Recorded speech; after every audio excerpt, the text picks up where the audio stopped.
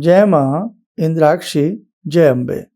इंद्राक्षी धाम में दर्शकों आप सभी का हम हार्दिक स्वागत करते हैं। आज के दिन जिन जातकों का जन्म दिवस है, मैरिज एनिवर्सरी है, उन सभी को हमारी तरफ से बहुत बहुत शुभकामनाएं। आज का सब्जेक्ट होने वाला है, कई बार परिवार में मृत्यु दर बढ़ जाती है।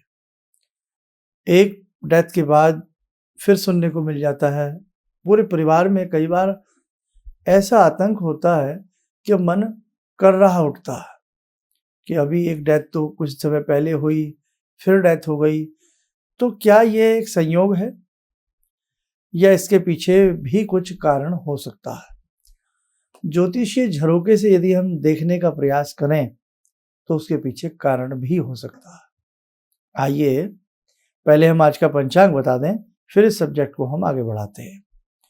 6 मई सन 2022 दिन शुक्रवार, बैसाख माह शुक्ल पक्ष संवत 2079, तिथि पंचमी, नक्षत्र आर्द्रा, राहु काल 10:30 से 12, दिशा सूर्य पश्चिम दिशा। भगवान न करे, प्रभु न करे, वक्त न करे किसी परिवार में इस प्रकार के हादसों के बाद हादसे हों। लेकिन कई बार ऐसा संयोग परिवार में देखने और सुनने को मिल जाता है।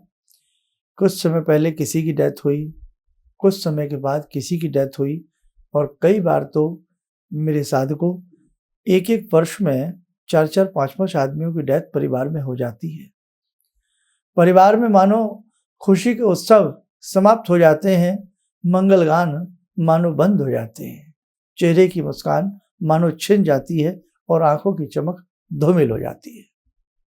ऐसी स्थिति में हम क्या करें?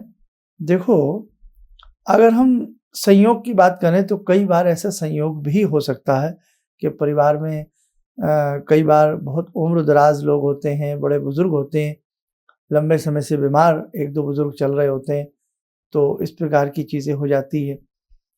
लेकिन बीमारी चल रही है और बीमारी की वजह से किसी की ऐसी डेथ होती है या आयु उसकी परिपक्व हो चुकी है, पूर्ण आयु भोग करके वो संसार से जा रहे हैं, तो एक बार को मन में समझ आता है कि चलिए कोई बात नहीं, दुख तो लगता है लेकिन फिर भी मन को आदमी मना लेता है। लेकिन कोई बीमारी नहीं, ऑल ऑफ सडन व्यक्ति का हमारे बीच से चले जाना या कोई ऐसा घातक एक्सीडेंट हो जाना जिसमें बड़ी दिक्कत होना, तो आइए इसके ऊपर हम चर्चा करते हैं। देखो, ऐसी स्थिति में भले ही कोई कुछ भी कहे, वहम कहे, अंधविश्वास कहे, लेकिन आप एक चीज़ ज़रूर करिएगा। जहाँ ऐसे हादसे अक्सर होते हों, एक्सीडेंट के द्वारा बार बार परिवार में मौतें होती हों या किसी भी रूप में, तो वहाँ सबसे पहले आपको अपने परिवार में पितृ गायत्री कराना चाहिए। हम बहुत सुलझी हुई बात आपसे कर रहे हैं। पितृ गायत्री बहुत अच्छे से आप अपने घर में अच्छे से कर्मकांडी जो ब्राह्मण होते हैं, पूर्ण रूप से आचार्य होते हैं, उन्हें बुलाएं और ये 8-10 दिन का अनुष्ठान चलता है। बहुत अच्छे तरीके से आप पितृ गायत्री अनुष्ठान करवाइए। इसके बाद एक चीज़ और ध्यान रखें, पितृ गायत्री अनुष्ठान के साथ साथ जब पितृ गायत्री अनुष्ठान आपका हो जाए तो कम से कम 51 पौधे तुलसी के या तो गमले में लगा करके या ऐसे ही 51 पौधे कहीं भी किसी धर्म क्षेत्र की मिट्टी में, भूमि में उनको रोप आएं, पानी वानी की अच्छे से व्यवस्था कर दें। संभव हो घर के आसपास कोई निकटतम ऐसा नदी, झरना या कोई ऐसा तरागण हो या शुभ स्थल हो या मंदिर की स्थल हो, तो वहाँ पर 51 पौधे लगा दें। और वहाँ आप थोड़ा थोड़ा सा उनकी देख रेख भी कर सकते हैं। जहाँ पौधे थोड़े संभल जाते हैं तो फिर तो वो मंदिर वाले लोग या जो भी है वो उसको देख ले लेते हैं। इसके साथ ये उपाय 2 हो गए। अब उपाय नंबर 3 लिखें। तीसरे उपाय में परिवार के नाम से महामृत्युंजय मंत्र या मृत संजीवनी मंत्र पूरे कुल, पूरे परिवार का संकल्प लेते हुए मृत संजीवनी मंत्र का अनुष्ठान कराया जाए। देखो, कई बार किसी परिवार में ऐसी बीमारियां भी आ जाती हैं जो लाइलाज हो जाती हैं। बीमारियां हैं, जाने का नाम नहीं लेती, तो ऐसी स्थिति में भी आपको मृत संजीवनी मंत्र, लेकिन आज क्या है कि हम बहुत सारी चीज़ें करा तो लेते हैं या कर लेते हैं, कई बार अनमने मन से करते हैं, कई बार पूर्ण विधि विधान से नहीं कर पाते हैं। तो ध्यान रखें, पूर्ण विधि विधान से इस प्रकार के यदि अनुष्ठान होते हैं तो हमने देखा है 100% 100% ईश्वर की कृपा से लाभ की प्राप्ति होती है। नंबर 2 बात, यदि आपके घर में उन लोगों के बहुत ज़्यादा वस्त्र रखे हैं जो लोग इस संसार में अब नहीं हैं। कई बार ऐसा भी होता है, आपकी माताजी संसार में नहीं है, उनके बहुत सारे कपड़े रखे हैं, पिताजी हैं वो संसार में नहीं है, उनके बहुत सारे वस्त्र रखे हैं, और प्रेम है भाई, ये तो प्रेम होता है। अब हमें अपने पिताजी जो हमारे, जैसे हमने ये पहनी है, बंडी पहनी है जवाहर कट वाली, तो हमारे फादर पहना करते थे, तो उनके कई वस्त्र हमने यूज़ किए। प्रेम है भाई, हमारे पिता हैं, है ना। तो फालतू यदि कपड़े हैं उनके रखे हुए अपने पितरों के, बुजुर्गों के, तो वो आप किसी ऐसी स्थान पर दे दें जहां उनका अच्छे से उपयोग प्रयोग में लाए जा सके। बहुत ज़्यादा कपड़े उस स्थिति में घर में उन लोगों के नहीं रखने चाहिए, दे देने चाहिए। भाई यादगार के रूप में आपने कोई उनका वस्त्र पहनना है तो पहन सकते हैं, और यदि देना चाहें तो उनका वस्त्र आप दे सकते हैं, ठीक है।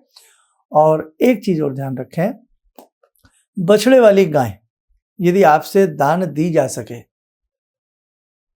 कहीं भी किसी ब्राह्मण को या किसी आश्रम में जहाँ अच्छे से पालन पोषण हो सके, गौ माता को अच्छे से उनका देख रेख हो सके, तो ये चाहे कोई ब्राह्मण हो या कहीं ऐसी स्थान पर आप एक बार परिवार के नाम से बछड़े वाली गाय का भी दान करिएगा। और अंतिम उपायों की मैं बात करता हूं, अपने घर में 24 घंटे वाली जो अखंड रामायण होती है वो 6 महीने में 2 बार कराइए। ये 3-4 उपाय मैंने बताए हैं, गागर में सागर है, आप करा के देखें। यदि किसी परिवार में अनियास बार बार दुर्घटनाएं होती हैं, बार बार मौतें होती हैं, बार बार कोई दिक्कतें ऐसी आती हैं, आपको बहुत अच्छे लाभ की प्राप्ति होगी। देखो, मेडिकल साइंस में जब हारने लगती है ना, तो वो गॉड को याद करती है। ओ गॉड, अब गॉड को याद करिए। भगवान कोई चमत्कार करे तो कर सकता है, बाकी हमारे हाथ खड़े हैं। ऐसा सुनने को मिला है ना बहुत बार। तो गॉड है, अब उसे आप गॉड कहें, प्रभु कहें, किसी न किसी रूप में एक शक्ति है, महाशक्ति है, जो इस पूरे संसार को नियंत्रित कर रही है। फूलों में रंग आ जाना, है ना, खुशबू आ जाना। कहाँ से फूलों में खुशबू आती है? ये कौन फूलों में खुशबू भरता है? ये कौन चित्रकार है? पहाड़ियां, वादियां, पक्षी, बहुत सारी चीजें ऐसी हैं जो कहीं ना कहीं कोई एक दिव्य सत्ता, दिव्य चेतना उसको नियंत्रित कर रही है। हम उसी दिव्य चेतना को प्रणाम करते हुए अपने घर में विशेष प्रकार के अनुष्ठान करवाएं। हमें पूर्ण विश्वास है कि हमें सुख की सांस मिलेगी, चैन की नींद मिलेगी। बस आज का तो मैं इतना ही सफिशिएंट समझता हूँ। बाकी बहुत सारी बातें समय समय पर हम अपने कार्यक्रम में आपसे करते रहेंगे। समय हो चला आज की ध्यानमाला का। आइए उस परंबा महाशक्ति से जुड़ें और उनके दर्शन करें कि हे भगवती, हे जग की जननी, आपकी कृपा से हमारे घर में कोई अमंगल ना हो। आपकी कृपा हमारे घर में सदैव बनी रहे। मंगल गान, मंगल गीत, मंगल अनुष्ठान, मंगल कार्य आपकी कृपा से हे सर्व मंगल मांगल्य हमारे घर में होते रहे। आइए जुड़े उस दिव्य महाशक्ति से।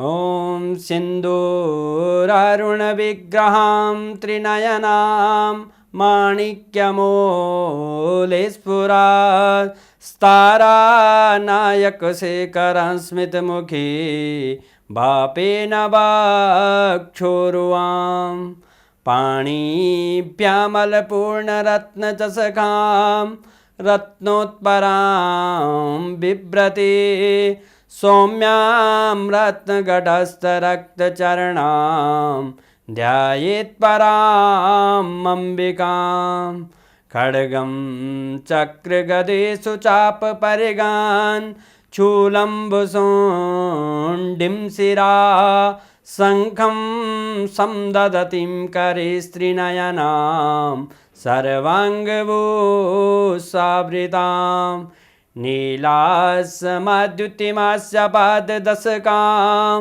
सेवे महाकालिकां यामास्तो स्वपितैहरो कमलजो हन्तुं मधुं कैटवम् विद्युद्दाम समप्रभां मृगपते स्कन्दस्थितां भीषणां कन्या विहकरवालखेटविलसा धस्ताविरासेवितां हस्ते चक्रगदाशिखेटविशिखां चापं गुणं तर्जनीं विप्राणामलिलात्मिकां शशिधरां दुर्गां त्रिनेत्रां भजे। कवच बना लें, ध्यान करें, भगवती का शुभ आशीष हम सबके ऊपर बरस रहा है।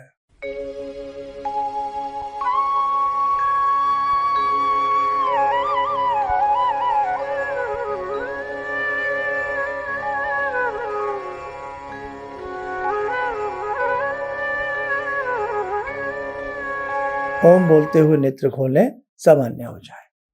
देखो साधकों, ये जीवन है, कई बार जीवन दुखों से भर जाता है और ऐसी बात नहीं है। सच्ची लगन से, पूर्ण आस्था से यदि उस परम सत्ता को याद किया जाए तो हम अपने दुखों को निश्चित दूर कर सकते हैं। बस आज जो हमने कहा है उसे अच्छे से समझिए, अच्छे से सुनिएगा और ऐसे ही प्रेम पूर्वक हमारे संग जुड़े रहिएगा। स्वस्थ रहें, आप सब सुखी रहें। इन्हीं शुभकामनाओं के साथ हम अपनी वाणी को विराम देते हैं। जय जय अम्बे।